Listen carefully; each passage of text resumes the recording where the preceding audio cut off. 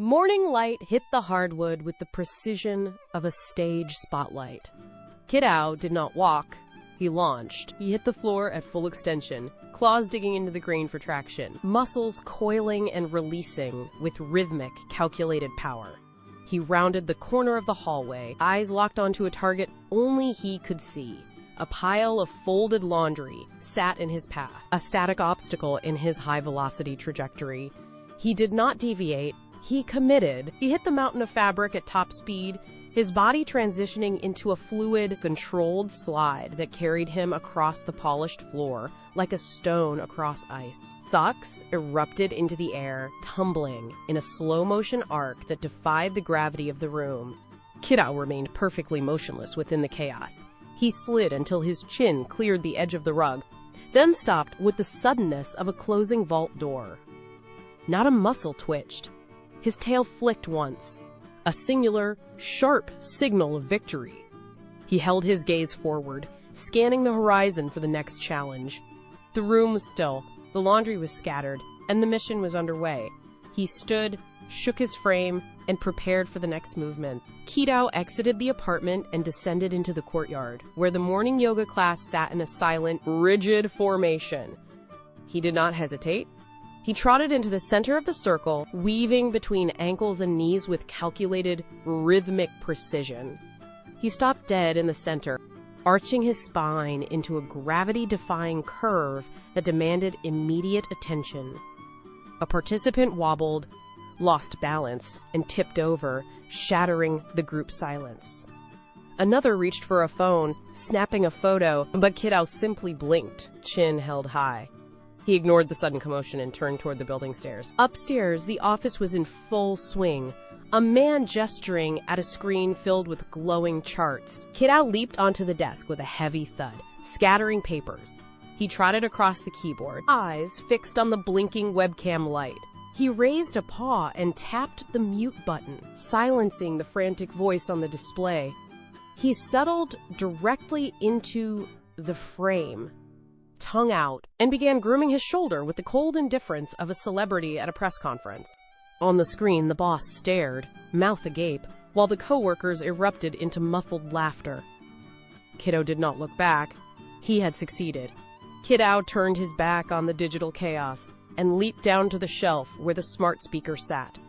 He did not ask. He commanded. He leaned in, nostrils flaring as he inhaled the scent of sterile plastic. Then he opened his mouth and let out a meow of deep, operatic commitment, a sound that vibrated against the wood of the shelf. The device pulsed with a soft blue glow. A ping echoed through the room, sharp and immediate. Kidow held his position, ears swiveled toward the front door. Seconds ticked by. The lock clicked. The door swung open to reveal a delivery driver, blinking against the hallway light, holding a heavy stack of sardine cans. Heroic orchestral horns swelled through the apartment, filling the space with the weight of a legendary victory. Kidow did not rush. He walked to the threshold, tail held high like a banner in a parade. He accepted the delivery with a single, sharp nod of his head. The driver retreated, leaving him alone with the spoils of his effort. Kidow stood over the stack, his posture rigid and proud.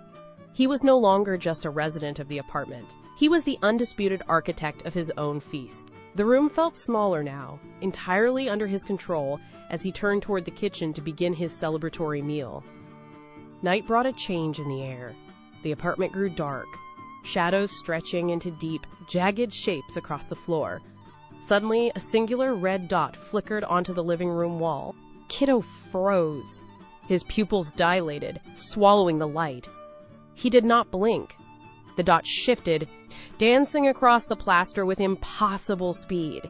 Kidow launched himself off the sofa, claws scrambling against the floor as he engaged the target. He vaulted over the coffee table, his body a blur of motion. He crashed through a mountain of pillows, sending feathers drifting into the air like snow. He skidded across the hardwood, missing a floor lamp by a fraction of an inch, the heavy base rocking under the impact. The red dot darted into the hallway, taunting him. Kidow pounced, his breathing ragged, his fur ruffled and wild.